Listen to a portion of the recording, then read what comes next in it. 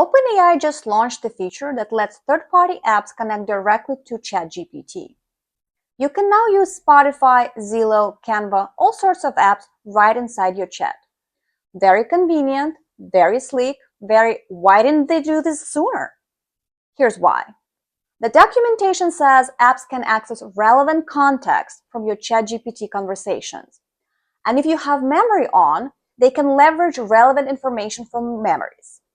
OpenAI protection? A policy that requires developers to collect only the minimum data they need. Not a firewall, not encryption, a policy. Let's talk about why that's a problem. As of October 6, ChatGPT apps let you invoke third-party services directly in your chats.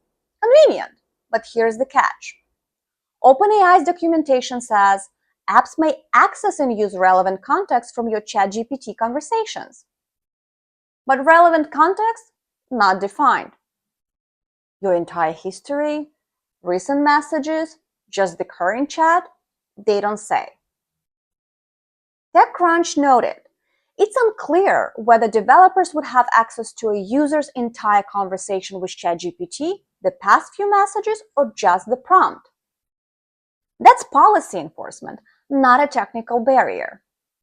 Your phone creates technical restrictions when apps want your photos. ChatGPT apps? Just rules developers promise to follow. Can access versus shouldn't access. But here's the part they buried in the fine print.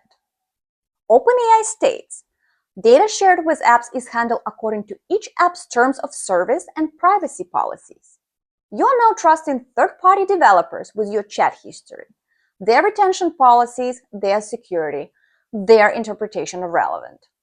And if you're on ChatGPT Free, Plus, Go, or Pro with improved the model for everyone turned on, OpenAI may use information accessed from apps to train their models.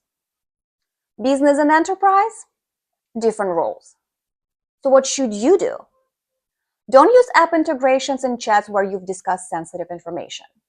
Legal stuff, health details, financial matters, keep sensitive chats separate from app features.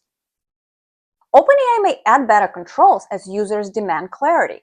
Until then, assume broad access and act accordingly. They call it seamless integration. I call it seamlessly handing your chat history to developers with a policy pinky swear.